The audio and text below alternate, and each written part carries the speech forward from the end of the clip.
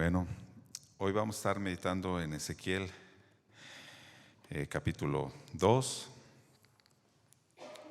todo el capítulo 2.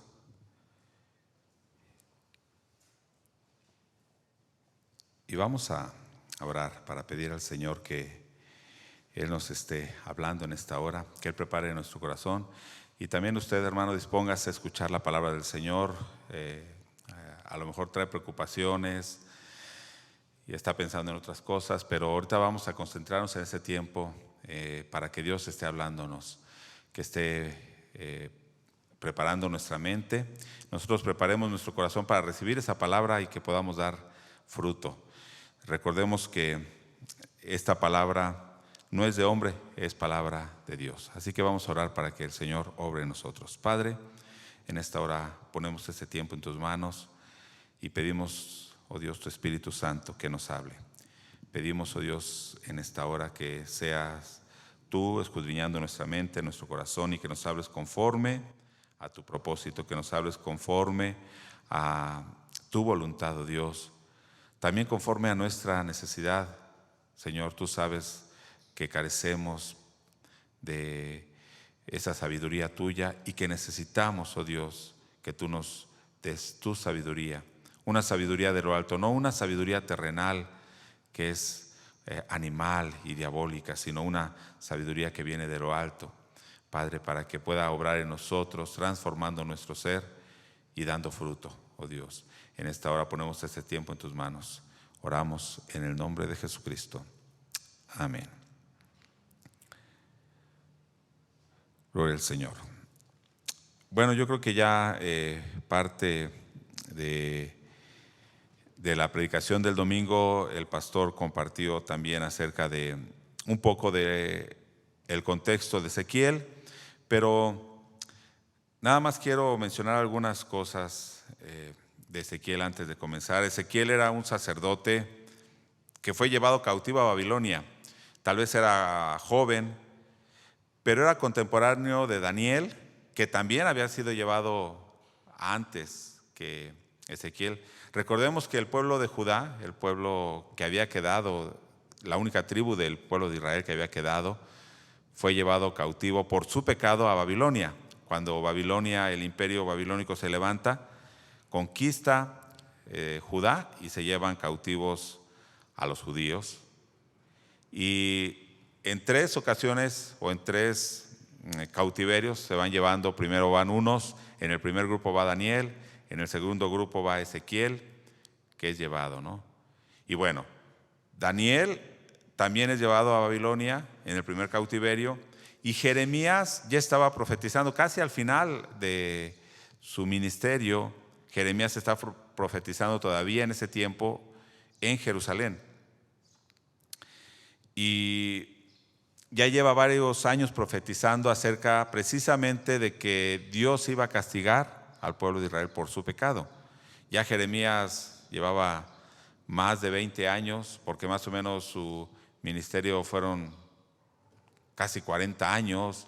Entonces ya llevaba más de 20 años profetizando que iban a ser llevados cautivos a Babilonia. Y a pesar de que estaba profetizando y que se estaban llevando cautivos, todavía la gente decía, no, no es cierto. Ya se había ido Daniel con sus amigos y otros los llevaron cautivos, ya se había ido Ezequiel también. Pero bueno, son tres profetas que Dios está usando y a los que le revela su palabra. Podemos decir que es en el mismo periodo. Jeremías, aunque era mayor ya, y va al final de su ministerio, pero Ezequiel y Daniel están profetizando ya no en Jerusalén, sino ya en Babilonia, ¿sí? Y están en diferentes condiciones. Por ejemplo, Jeremías, que estaba en Jerusalén, ¿cómo había sido su vida? ¿Cómo había sido su ministerio? Si usted recuerda, había sido rechazado, había sido perseguido, lo habían metido a la cárcel, lo querían matar, lo habían metido a un pozo, y se estaba casi muriendo ahí en ese pozo, que estaba en el lodo, dice, ¿no? Bueno, había sufrido mucho Jeremías por proclamar la palabra de Dios. Bueno, Daniel, aunque había sido llevado cautivo, ¿cómo era su condición? ¿Cómo fue la condición de Daniel? Humanamente podríamos decir que no le fue tan mal, porque llegó y estaba en la corte del rey Nabucodonosor, vivía en el palacio, era educado por los mejores maestros, tenía la mejor comida, era gobernante, también en Babilonia, o sea que no le iba tan mal. Pero no por eso no quiere decir que no haya tenido pruebas o sufrimientos, ¿verdad? Recordemos que a sus amigos Sadrach, Mesach y Abednego los echan al horno de fuego y Dios los libra del horno de fuego. A Daniel, ¿qué le hacen? Lo meten al foso, un foso de leones, y Dios lo libra también de eso. También sufrió por proclamar la palabra de Dios. Y Ezequiel también es llevado, él no está en la corte, él está con los que habían sido llevados cautivos. Podríamos decir que tal vez no lo está pasando como Jeremías, porque no está en la cárcel, pero no está en su tierra.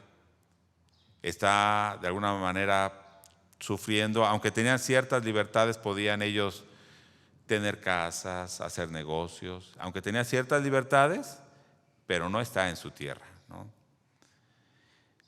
Pero algo pasa con Ezequiel, y es lo que vamos a estar meditando en este mes, en el libro de Ezequiel. Algo curioso, que Dios lo hace pasar por sufrimiento, al igual que los que están pasando en Jerusalén. Simplemente como ejemplo, su vida era el mensaje, su vida. Entonces, en una ocasión Dios le dice: no comas, come nada más pan. De hecho, dice pan cocido en estiércol, ¿sí?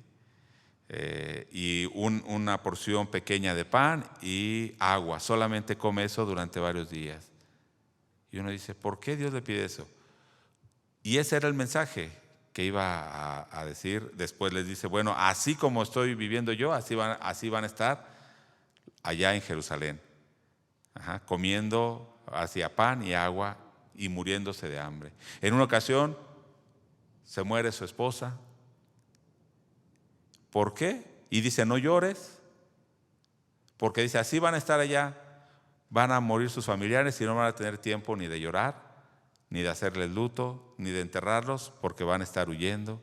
Y bueno, muchas otras cosas vamos a estar meditando.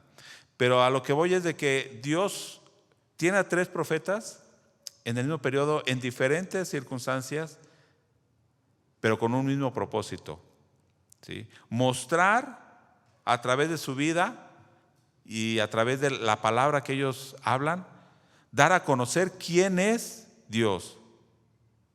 Ese era el propósito. Y para transmitir su palabra en diferentes condiciones. ¿Y por qué le digo esto? Porque nosotros también, cada uno de nosotros está en diferentes situaciones, ¿sí? En el trabajo, en la casa, diferentes circunstancias, en prosperidad, en escasez, en un buen trabajo, en un mal trabajo, ganando mucho, ganando poco. Pero Dios nos ha puesto con el mismo propósito: dar a conocer quién es Dios. Y el tema de hoy es ese llamado al profeta. Y en este caso vamos a tomar de ejemplo al profeta Jeremías. Pero ¿qué relación va a tener esto con nosotros? ¿Sí? Yo preguntaría: ¿es necesario en nuestros días el ministerio profético? ¿Y usted qué diría? ¿Sí o no? ¿Es necesario en nuestros días el ministerio profético? ¿No? ¿No? Bueno, algunos dicen que no. Sí es necesario, pero vamos a ver qué es el ministerio profético. ¿Quién es un profeta? ¿Qué es un profeta? ¿Y quién es un profeta? Porque tenemos ideas equivocadas y a veces pensamos únicamente en profeta como los profetas del Antiguo Testamento. Y pensamos en profetas como aquellos que predicen o adivinan el futuro. Pero la profecía no tiene nada que ver con eso. Ese no es el centro de la profecía. Ese no es el espíritu de la profecía. Predecir el futuro es más espíritu de adivinación que de profecía.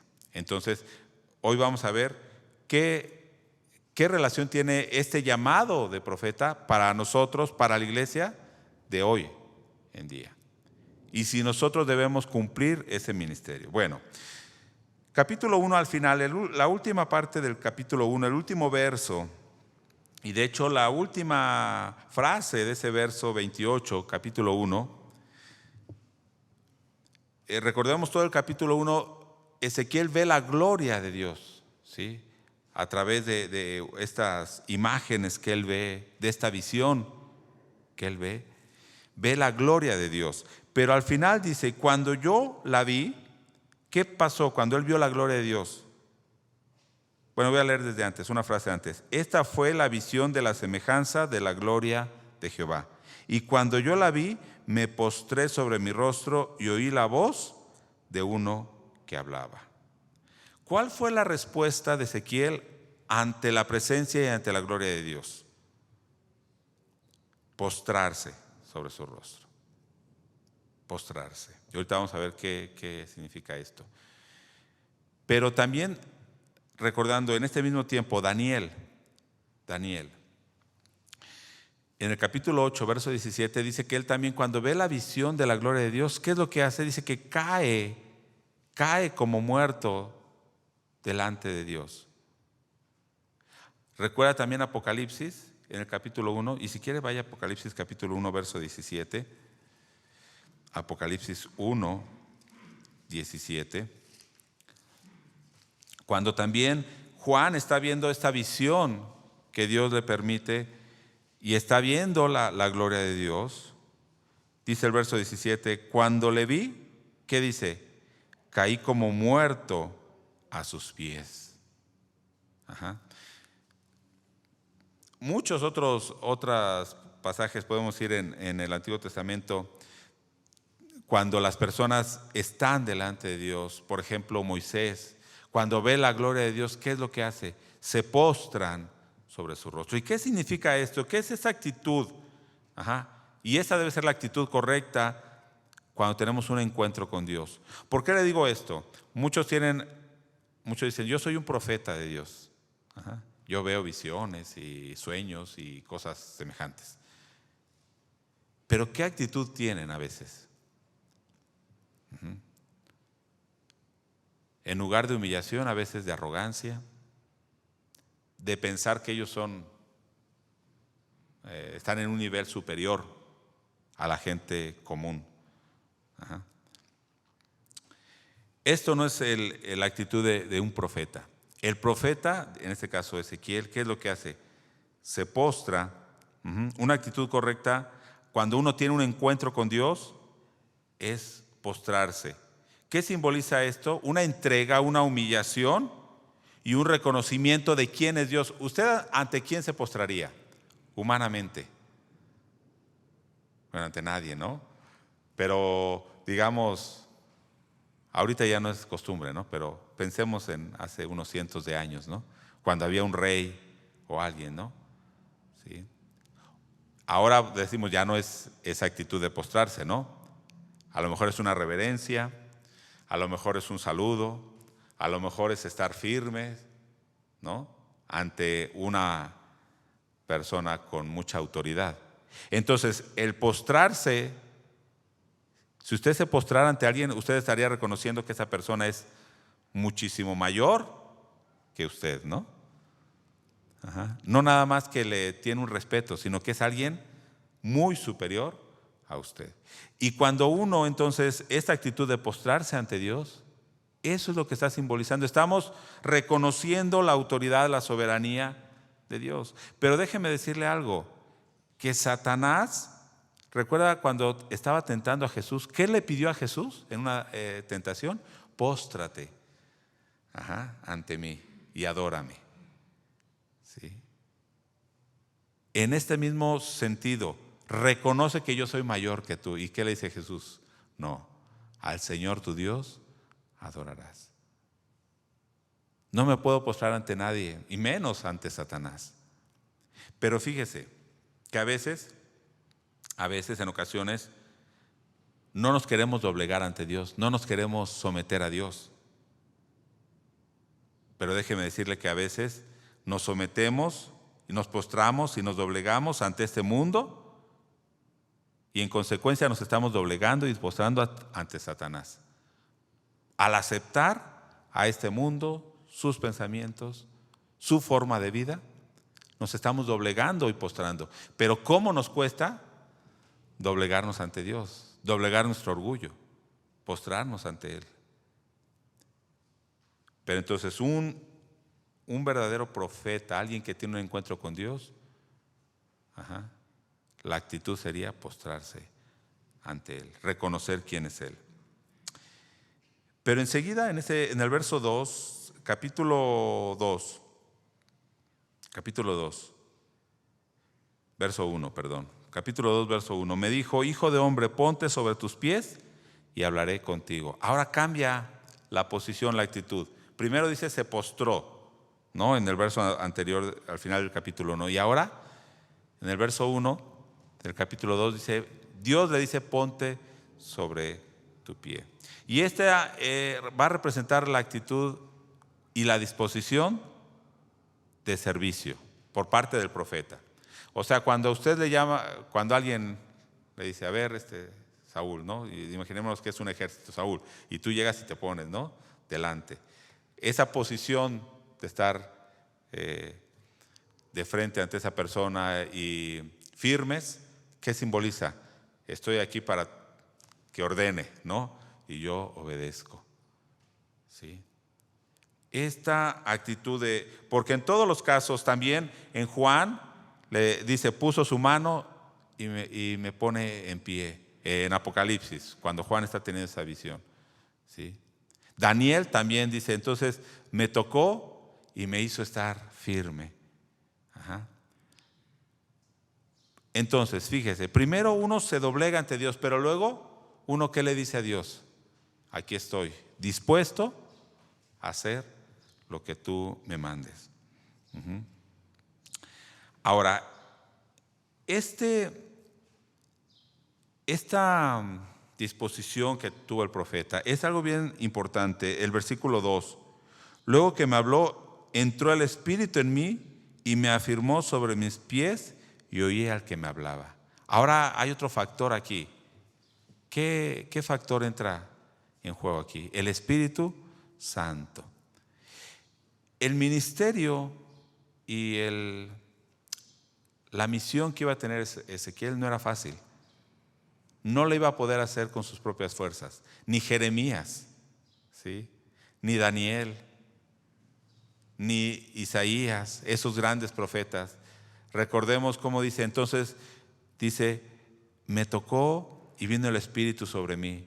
Entonces me fortaleció, porque realmente, hermanos, el trabajo que tenemos en esta tierra no es sencillo. El proclamar la palabra de Dios en un mundo caído y en un mundo que rechaza la palabra de Dios no es sencilla. Y únicamente con el Espíritu Santo, la fortaleza del Espíritu Santo, la guía del Espíritu Santo, es que podemos llevar a cabo esa tarea. ¿Sí? Por ejemplo, Daniel 8, cuando le digo que cae Daniel, en el verso 18 dice: entonces me tocó y me hizo estar en pie. Igual Apocalipsis, me tocó y me dijo: no temas, me fortaleció. Es necesario tener un encuentro con Dios. Una persona, para que pueda proclamar su palabra, es necesario tener un encuentro con Dios. Pero aquí también entra un problema, que a veces entendemos mal cuando decimos un encuentro con Dios. ¿Por qué? Porque únicamente pensamos en una experiencia mística. Es decir, tuve una visión, entonces pude ver a Dios, o sentí, o me elevé, o perdí la conciencia, o no sé qué cosas. Eso es tener un encuentro con Dios. Pero no me refiero a ese tipo de experiencias, ¿sí? Ya que ese tipo de experiencias son muy fáciles de provocarlas. con nuestra propia emoción. A través de la música, por ejemplo, a través de una plática emotiva. Y podríamos confundir que eso fue una experiencia y un encuentro con Dios. Es muy fácil provocar eso, ¿sí? Esas son experiencias subjetivas, cada uno puede tener una experiencia diferente, pero a veces no tienen ninguna relación con Dios ni con su palabra. A veces son pura emoción, y no estoy diciendo que a veces no podamos tener alguna experiencia, puede decirlo sobrenatural o no sobrenatural, sino única, ¿no? No estoy diciendo que no puede ser, pero ese encuentro no es al que me refiero. Me estoy refiriendo a un encuentro, y esto lo vemos en la meditación bíblica, ¿no? Un encuentro con Dios cada día a través de su palabra, de la oración, de estar en comunión con Él, de que Él nos esté hablando en su palabra, sabiendo que esa palabra es segura. Esta palabra, la Biblia, es la palabra profética más segura, a la cual hacemos bien en estar atentos, ¿sí? Un verdadero encuentro con Dios. Ahora, este encuentro lo provocó Ezequiel, o sea, él dijo, quiero ver a Dios. O Daniel dijo, yo quiero ver a Dios. O Juan, o Pablo, cuando iba camino a Damasco, pues era enemigo de Dios. No, es Dios que se acerca al hombre. Es Dios que permite al hombre verle. No es algo que el hombre provoque. Es Dios. En este caso, Dios se revela al hombre. Es Dios que le habla a Ezequiel. ¿Y cómo comienza a decir? Me voy a regresar al verso 1. Y me dijo, hijo de hombre. Esta expresión, hijo de hombre. Más, aquí en Ezequiel, únicamente 2 veces se menciona el nombre de Ezequiel, el nombre del profeta. 2 veces. Y las demás veces, Dios le dice, hijo de hombre.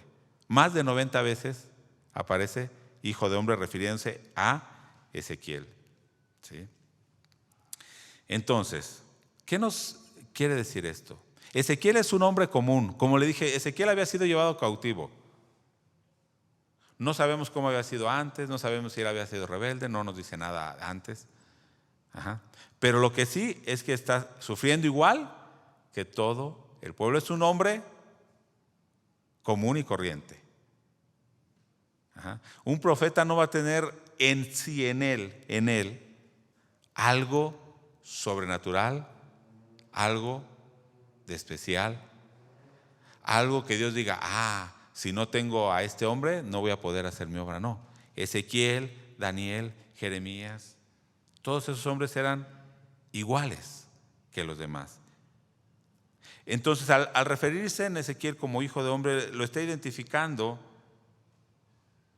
Y está diciendo, tú eres igual que todos los, porque la palabra que usa es hijo de Adán.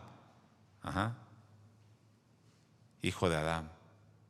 O sea, un hombre común, ¿sí? Ahora, es interesante porque en el capítulo 1 había hablado de la gloria de Dios. En el capítulo 1, la gloria de Dios. Y en el capítulo 2 le dice, hijo de hombre. ¿Qué hace? Un contraste. ¿Qué es el hombre ante esa presencia, ante esa gloria de Dios? ¿Qué es el hombre? Entonces le está mostrando su fragilidad, lo insignificante que es él. Lo identifica con toda la raza humana. Él es parte de esa raza humana, de sus debilidades y todo igual que los demás hombres. Pero está llamando a este hombre que también es pecador, pero Dios lo va a usar para transmitir un mensaje, su mensaje. Pero entonces a partir de ahora este hombre tendrá que ser diferente. Más adelante le va a decir, tú no seas como ellos. Si tú quieres llevar la palabra de Dios, no puedes ser igual. Tiene que haber un cambio en ti. Como le digo, muchos profetas que se nombran profetas en la actualidad se sienten superiores y no entienden esto, que es un profeta sería un hijo de hombre, o sea, un hombre común y corriente. En él no tendría nada de especial. Lo único es que puede llevar la palabra de Dios, que puede transmitir la palabra de Dios. Yo sé que eso es mucho, sí, pero eso ¿proviene del hombre? No, proviene del Espíritu de Dios. Entonces muchos se sienten con más autoridad, con más poder, superiores. Es más, muchos profetas se sienten superiores que la Biblia porque enseñan algo que la Biblia no enseña y contradicen a lo que la Biblia enseña y dicen, yo soy profeta de Dios. No. Alguien que es profeta de Dios no puede decir algo que no está en la Biblia.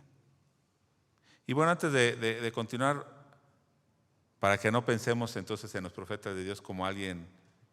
El profeta es aquel que lleva la palabra de Dios, aquel que lleva el mensaje de Dios. Cuando usted habla la palabra de Dios, ahorita yo estoy hablando la palabra de Dios, ¿qué es eso?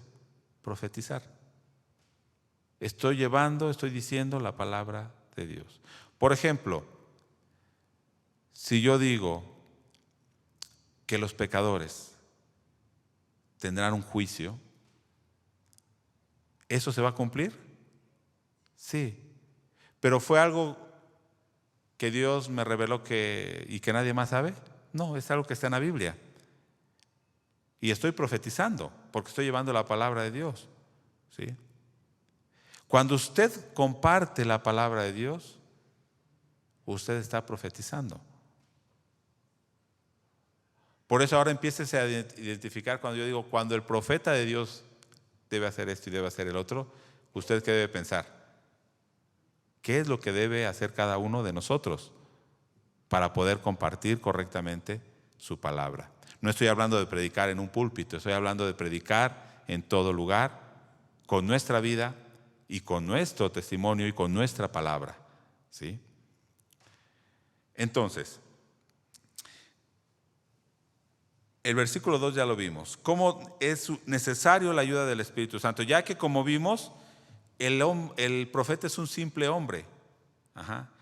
Necesitamos la fortaleza, la dirección, la obra del Espíritu Santo en cada uno de nosotros. Es sumamente importante para poder entonces realizar la misión. Porque la misión es fácil, es sencilla. No. Ahora, ¿cuál es la misión para este profeta Ezequiel? En el verso 3, y me dijo otra vez, hijo de hombre, yo te envío a los hijos de Israel. Y decimos amén. Por ejemplo, si le dicen, a ver, ¿a quién le dicen? Hermano Víctor o Eliud, yo te envío a profetizar o a hablar la palabra ante la iglesia. Entonces tú dirías, amén, gloria a Dios. Pero dice, fíjese, porque aquí lo está enviando ¿a quién? A los hijos de Israel, o sea, al pueblo de Dios, ¿cierto? Pero ¿qué sigue diciendo? A gentes rebeldes que se rebelaron contra mí, ellos y sus padres se han rebelado contra mí hasta este mismo día. Han sido rebeldes desde que iniciaron, desde que estaban en Egipto, han sido rebeldes. Hasta ahora que están siendo llevados cautivos a Babilonia, han sido rebeldes. Ahora, cuando dice se han rebelado contra mí, se han separado, esta palabra de rebelarse, aquí cuando dice se han rebelado contra mí, es separarse, que han apostatado. Es más, también se puede traducir como han peleado. Entonces imagínense, ve a los hijos de Israel porque ellos han peleado contra mí. Ellos han hecho guerra contra mí. Se han puesto en oposición a mí. Y yo te estoy enviando a ellos. ¿Sí?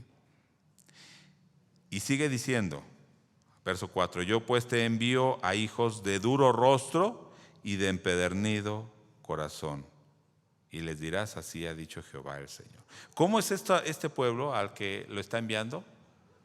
Duro rostro, un rostro violento. Usted le ha hablado a alguien y lo está viendo y lo está matando con su mirada. ¿Sí? Y no solamente su rostro, sino sus palabras son violentas también. y su corazón duro y obstinado. O sea que en su corazón no tiene ni la mínima intención de escuchar la palabra de Dios. Entonces, ¿usted qué haría con una persona así? Sea sincero, ¿qué haría? Pues no le hablo. Pues es duro, no quiere escuchar. Pero ¿qué le dice Dios? Ve y háblale. Ve y háblale. Ok. Entonces, en la actualidad, ¿la gente cómo es? ¿Quiere escuchar la palabra de Dios? No. Sobre todo cuando la palabra es una palabra de juicio, como la que llevaba Ezequiel, como la que llevaba Jeremías. ¿La gente quería escuchar? No. ¿Y ahora quiere escuchar? No. Si tú le dices a alguien, te voy a hablar de Dios, ¿qué quiere escuchar de Dios? ¿Qué quiere escuchar de Dios? Dios te ama, Dios te va a prosperar, Dios te va a sanar. Pero si le dices, Dios te va a castigar, ¿qué dice? No, espérate. ¿Cómo? Así ya no juego. Debemos pensar entonces, Dios nos está enviando a gente que no quiere escuchar. ¿Sí? Dice Marcos Vidal en una de sus canciones, hablando de los científicos y de la gente, dice, han desterrado a Dios de su creación por no entender bien su forma de ser. Y les pregunta, ¿quién te ha hecho creer que la existencia de Dios depende de tu parecer? Que si tú crees que existe, entonces existe, y si tú crees que no existe, entonces no existe. ¿Quién te ha hecho creer eso? Dice Marcos Vidal en esa canción. La gente ha desechado a Dios y no quiere escuchar. Pero a esa gente nos está enviando Dios. ¿Por qué? ¿Por qué? A usted, cuando le hablaron de Dios, ¿usted quería escuchar de Dios? No. Pero alguien estuvo ahí, necio, ¿verdad? Hablándole una y otra vez y otra vez, hasta que la palabra hizo efecto en su vida. Pues así debemos ser con los demás. Dice el verso 5, ¿acaso ellos escuchen, pero si no escucharen, porque son una casa rebelde, siempre conocerán que hubo profeta entre ellos? Escuchen o no escuchen, háblales, porque son rebeldes. Estamos en un mundo caído que no quiere escuchar a Dios, pero tú háblales. Y si no, mínimo sabrán que hubo un profeta que les habló. ¿Sí? Estén dispuestos o no a escuchar. Es más, a unos cristianos, hay cristianos que les quieres hablar la palabra de Dios y dicen, no, de esa manera no quiero que me hables. No quiero escuchar. Cuando quieres compartir la palabra de Dios, realmente la palabra de Dios, no quiere. Prefieren creer en un Dios que ellos mismos se han formado y no en el Dios que nos habla la Biblia. Pero hermanos, nuestro papel como iglesia es ir y hablar. Ahora el verso 6. Vamos a ir viendo cuál es ahora el deber del profeta. El verso 6. Tú, hijo de hombre, no les temas ni tengas miedo de sus palabras, aunque te hallas entre zarzas y espinos y moras con escorpiones, no tengas miedo de sus palabras ni temas delante de ellos, porque son casa rebelde. ¿Cuál es la encomienda? La misión no va a ser sencilla. ¿Sí? El hablar a este tipo de personas no va a ser sencilla. Ahorita se me vino a la mente otra canción de Marcos Vidal que dice, ¿quién va a querer perder la vida en una empresa así cuando nadie te quiere escuchar? ¿Sí? ¿Quién quiere invertir su vida en una empresa que no da ganancias? Pero ahí nos ha enviado Dios. El que no escuchen la palabra posiblemente sería lo de menos. Quiero decir, para el profeta, ¿no? Pues no me escucho. o el que no hagan caso a la palabra, pues a lo mejor sería lo de menos. Pero no es eso. ¿Por qué le dice Dios no temas a Ezequiel? Porque vas a tener enemigos. Y fíjese cómo va subiendo de nivel. Dice, vas a estar como entre zarzas, o sea, arbustos que no producen nada, secos en el desierto. Pero después le dice, como entre espinos que te pueden lastimar. Pero después, ¿qué le dice?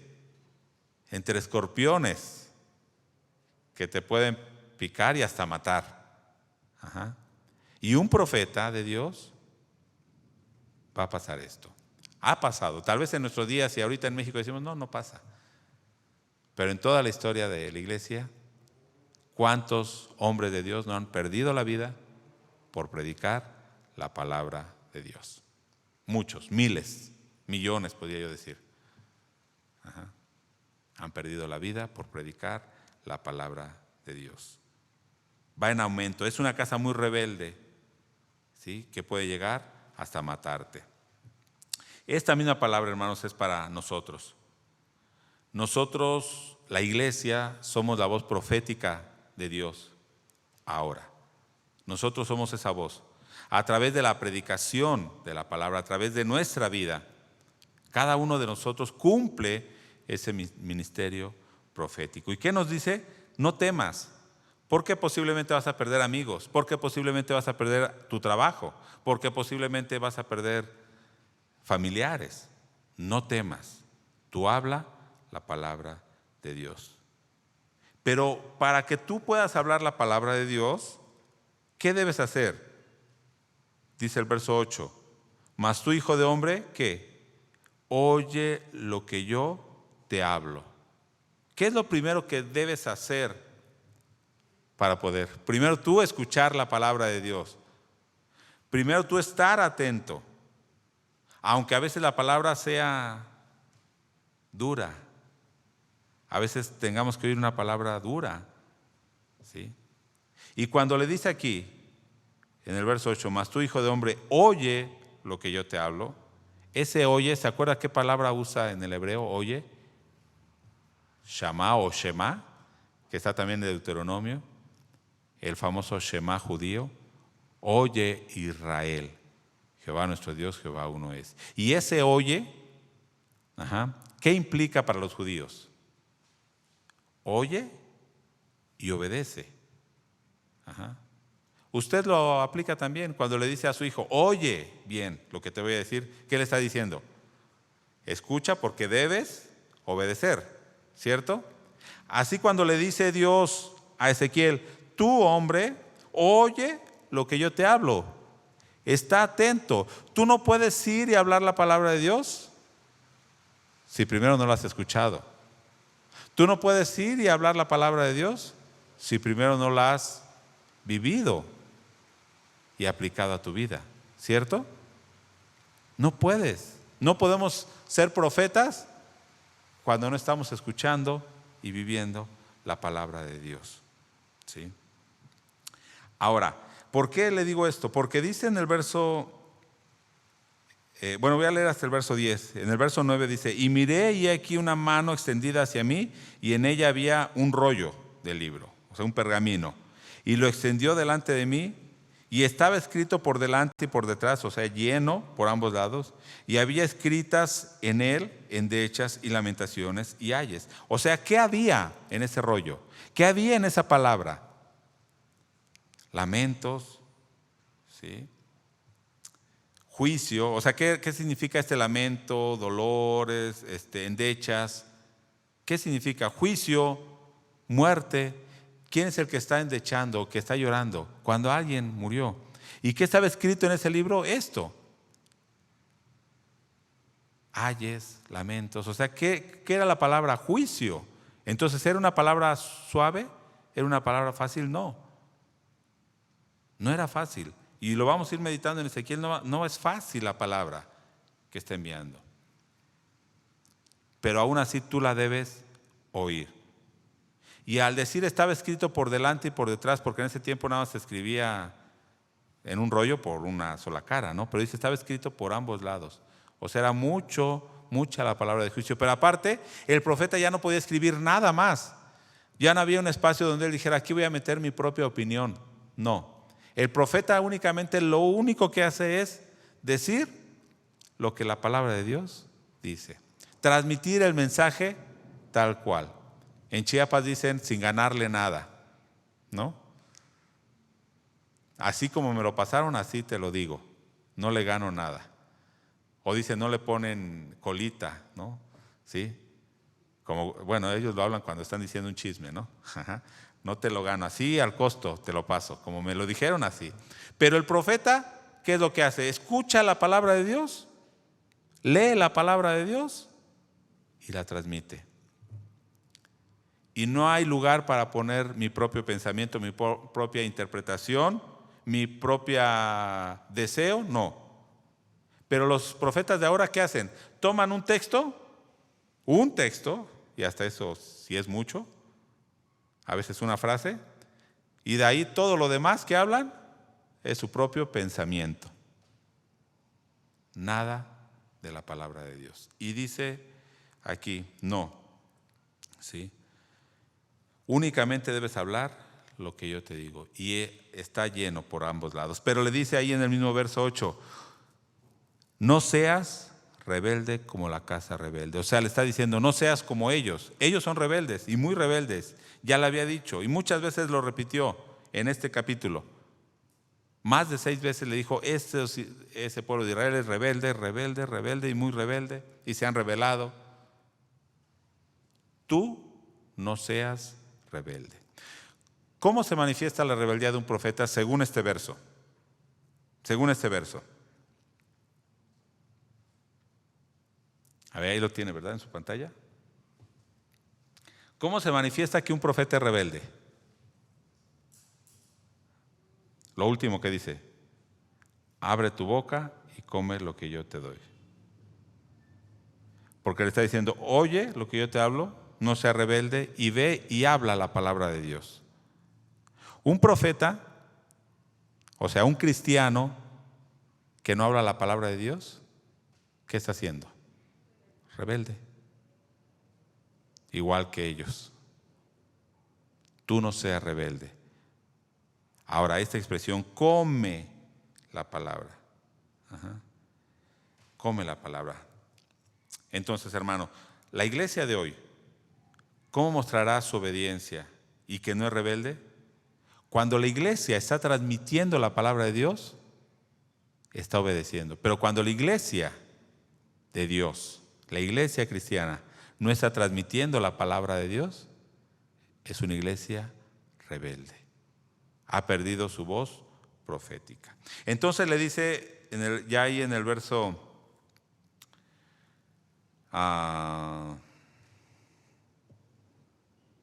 10,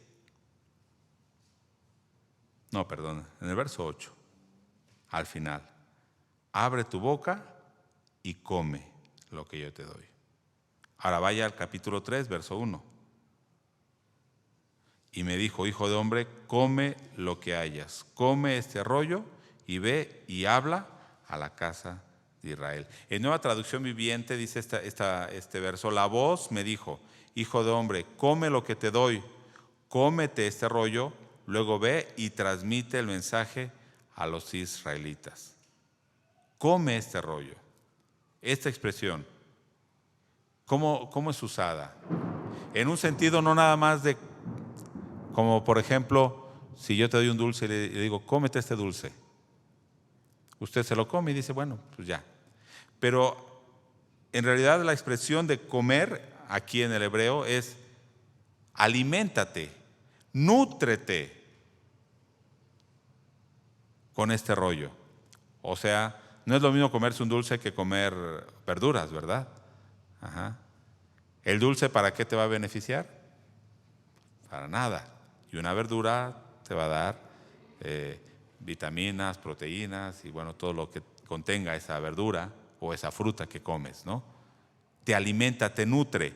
Entonces, la palabra debe ser una palabra que realmente te edifique, que te nutra y no solamente que sea un sabor agradable, Ajá, como un dulce. No.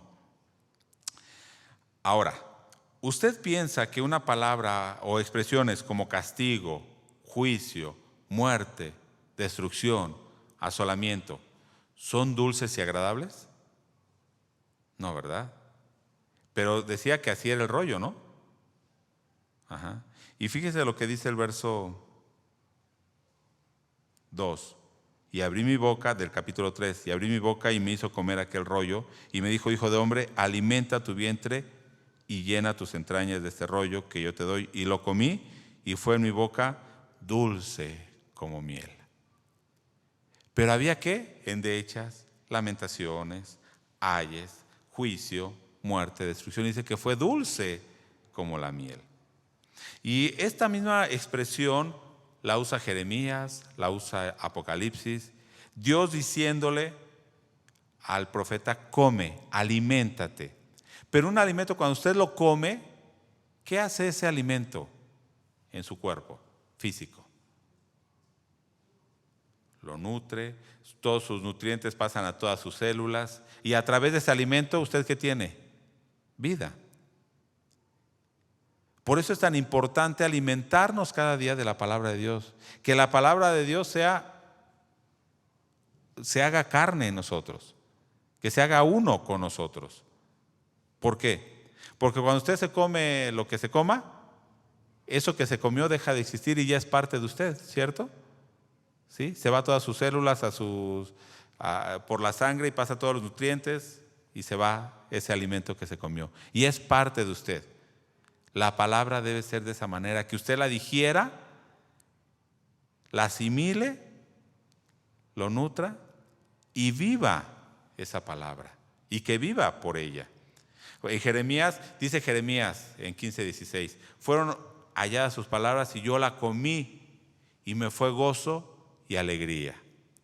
Pero cuando lee Jeremías, o lea Lamentaciones para que vea lo que era esa palabra, ¿no?, de Dios. Pero dice fue gozo. Salmos también, ¿no? El Salmo 119.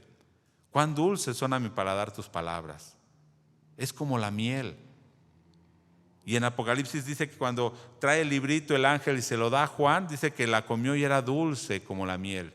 Pero cuando llegó a su vientre, dice que era amarga, que le amargó el vientre, le cayó pesado, no la podía digerir. ¿Por qué? Porque cuando usted lee la palabra dice, ay, qué bonita es la palabra. Pero cuando la empieza a meditar y a digerir y entiende lo que implica esa palabra, a veces ¿cómo es? No es tan sencilla, es difícil de digerir, es difícil de asimilar. Y es eso lo que le está diciendo ahora Dios al profeta: aliméntate. Hermanos, una iglesia que no se alimenta de la palabra, ¿cómo puede transmitir esa palabra? Una iglesia que la palabra de Dios no es su motor, ¿cómo puede profetizar esa iglesia? Imposible, imposible, ¿sí? Entonces, muestra la necesidad del profeta de estar lleno de la palabra de Dios, de que la palabra sea parte de él, ¿sí? De que la coma, aunque la sienta dulce al principio, pero luego a veces nos incomoda, nos confronta y hasta nos amarga la vida, podríamos decir. Pero es necesario alimentarnos y nutrirnos de esa palabra, hermanos, ¿sí? Por eso es tan importante, y cada día le decimos: hermano, medite en la palabra de Dios, coma la palabra de Dios, comas este libro, dice, así se llama otro libro, ¿no? Pero a lo que se refiere es: cómete este libro, porque es lo que le dijo Dios al profeta: cómete esta palabra, aliméntate, y después ve y háblala, ¿sí? Entonces, hermano, vamos a concluir. Entonces, el profeta primero debe tener un encuentro con Dios. ¿Y cómo debe responder a ese encuentro con Dios? ¿Cómo respondió Ezequiel? En humillación, en entrega, en obediencia. Permitir que el Espíritu Santo obre en él. Pero después, ¿qué debe hacer? Escuchar la palabra, alimentarse de ella para poder transmitirle, aunque sea palabra de juicio, aunque sea una palabra que va a hablar a oídos sordos, a personas rebeldes, escuchen o dejen de escuchar, uno debe cumplir ese papel, esa función. Uno no debe ser rebelde como ellos. Entonces, este llamado del profeta no es para una persona, es para la iglesia de hoy. Tenemos un llamado profético que cumplir. ¿Recuerda cómo terminó Marcos? No sé si recuerda cómo terminó el último capítulo de Marcos, los últimos versos. Le dice, id por todo el mundo y predicad el evangelio. Eso sigue siendo nuestro llamado como profetas. El evangelio completo de salvación, pero también de juicio. El evangelio debe ser completo. Pero decía un escritor, Douglas Ruth, decía, en ocasiones la iglesia está tan enredada y tan cómoda con el mundo que pierde su voz profética. O sea, pierde la habilidad de señalar los pecados tanto de la cultura que nos rodea como de la misma iglesia. Cuando la iglesia está tan enredada con el mundo, pierde su voz profética. Hoy, hermano, el Señor nos está llamando como profetas. No es algo fácil, no va a ser algo cómodo, pero no debemos ser rebeldes. Dios le dijo al profeta, no sea rebelde, oye la palabra y ve y háblala. Debemos responder, hermanos, a ese llamado en obediencia, en entrega, en humillación a Dios. Póngase en pie y oremos al Señor. Padre, en esta hora, tú nos estás llamando a cada uno de nosotros, Padre, a que no seamos rebeldes, a que nos alimentemos de tu palabra y que proclamemos esa palabra tuya. Aquí estamos, oh Dios, y como dijo Isaías, heme aquí, envíame a mí. Estoy dispuesto a ir y llevar tu palabra. Y como Jeremías, aunque a veces decía, soy un niño, no puedo hablar, pero tú le dijiste, yo he puesto palabras en tu boca. Así nosotros hoy estamos delante de ti, que tú mires nuestra condición, nuestra debilidad, y que con tu Espíritu, oh Dios, nos purifiques. Que purifiques nuestros labios, nuestra mente, y que podamos ir y proclamar tu palabra. Aunque a veces sean oídos rebeldes, corazones duros, que no tengamos temor y proclamemos tu evangelio y tu palabra, Señor. Aquí estamos, en el nombre de Jesús. Amén. Amén. Dios les bendiga. Puede tomar su lugar, hermano.